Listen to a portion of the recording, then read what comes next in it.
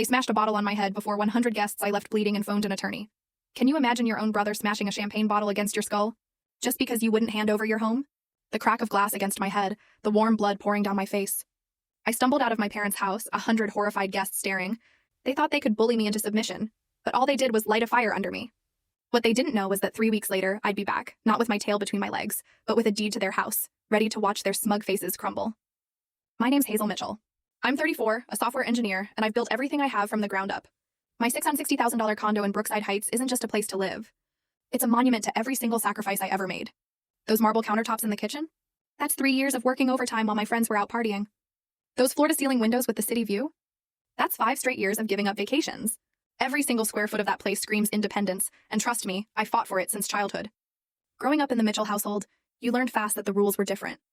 My parents, Gloria and Kenneth, never bothered to hide their favoritism for my brother Tyler.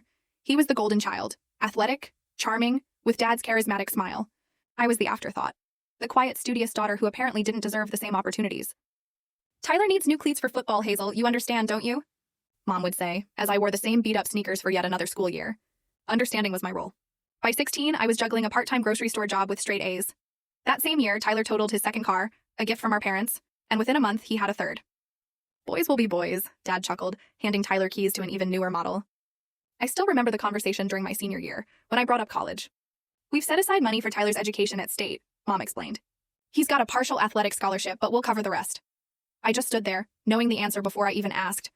What about my college fund? Dad cleared his throat. Hazel, you're smart. You can get scholarships. Besides, the community college has excellent programs. So I went to community college, working 30 hours a week while taking a full course load. 2 years of sheer exhaustion and ramen noodles later, I earned a full scholarship to Westlake University for computer science. The day I got that acceptance letter, my parents barely acknowledged it.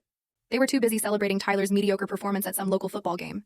After graduation, I moved into a tiny studio apartment, started at a tech startup, and lived on ramen again, investing every spare dollar. 6 years of strategic career moves later, I was a senior developer at Nexus Technologies. Finally, a salary that matched my expertise. Meanwhile, Tyler just bounced. From one can't-miss opportunity to the next, each one inevitably tanking. He married Vanessa right out of... Full story video added in below.